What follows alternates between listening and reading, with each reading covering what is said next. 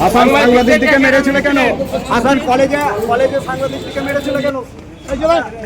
আরামবাগ জেলা প্রেস ক্লাবের দুই সদস্য সৈয়দ আশিক হোসেন এবং তুহিন দাস গত 20 ডিসেম্বর আরামবাগ নেতাজি মহাবিদ্যালয়ে খবর করতে গিয়ে আক্রান্ত হয়েছিল কিছু দুষ্কৃতীর হাতে কলেজের মধ্যে এবং অধ্যক্ষের ঘরের সামনে। যে বিষয়টি নিয়ে আমরা এর আগে প্রতিবাদ করেছি এবং পুলিশকে বলেছিলাম যথাযথ আইনিভাবে এর ব্যবস্থা নিতে। এফআইআর করা হয়েছিল এবং আমাদের যে সাংবাদিকরা আক্রান্ত হয়েছিল তারা এফআইআর করেছিল, আমরা তাদের পাশে দাঁড়িয়েছিলাম। তো সেই বিষয়ে আরামবাগ থানার পুলিশ গতকাল অর্থাৎ মঙ্গলবার রাতে 3 জন অভিযুক্তকে গ্রেপ্তার করেছে। তার মধ্যে হাসান আছে, শেখ হাসান সহ মূল অভিযুক্ত হাসান সহ 3 জনকে গ্রেপ্তার করেছে।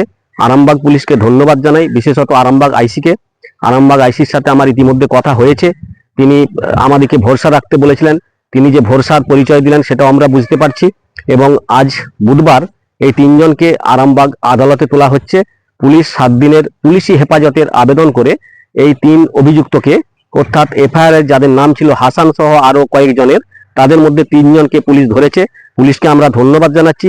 একই সাথে আরামবাগ জেলা প্রেস ক্লাবের সদস্যদের উপর ভবিষ্যতে যদি কোনো আক্রমণ বা কোনো ঘটনা ঘটে, আরামবাগ জেলা প্রেস ক্লাবের সম্পাদক হিসাবে আমি দায়িত্ব নিয়ে বলছি, আমরা এর বিরোধিতা করে যাব এবং সাংবাদিকদের পাশে থাকব। এখন দেখা যাক পুলিশ এদেরকে হেফাজতে পায় এবং পরবর্তী তদন্ত কিভাবে হয় সেটাই এখন দেখার।